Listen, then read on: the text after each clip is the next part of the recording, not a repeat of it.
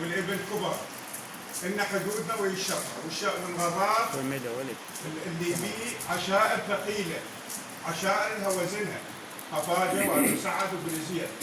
الخفاجه عمرها كله مع القانون، الكل يعرف عشيره امنه مستقره تحافظ على الابي، تحافظ على ابدا، لانه عشيره متحضره قريبه على يعني مو بعيده، العشائر اذا كانت قريبه على البدن دائما تكون متحضره وتكون. لكن الشاعر يقول ابت اخلاقنا شرفا ان نبتدي بالاذى من ليس يؤذينا.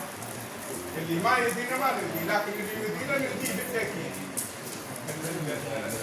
لكل فعل ردة فعل او رد، يعني الرجل الشيخ سولفت والحاله بتلخبطها وردة فعل شارع بالحق الانسان يموت دون ارضه ودون، وهاي بها.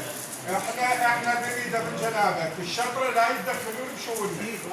الشطره لا شيخنا مره قصدك جامعه باسم الغراب سموها باسم الشطره لصاحبها الغراب، حطوا مجمع الغراب غيره جامعه الشطره.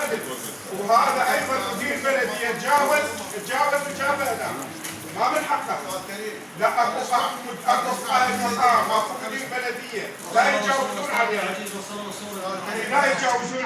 لا يتجاوزون على عشائر الخفاجه. نسمع من سيد المحافظ جزاكم الله خير.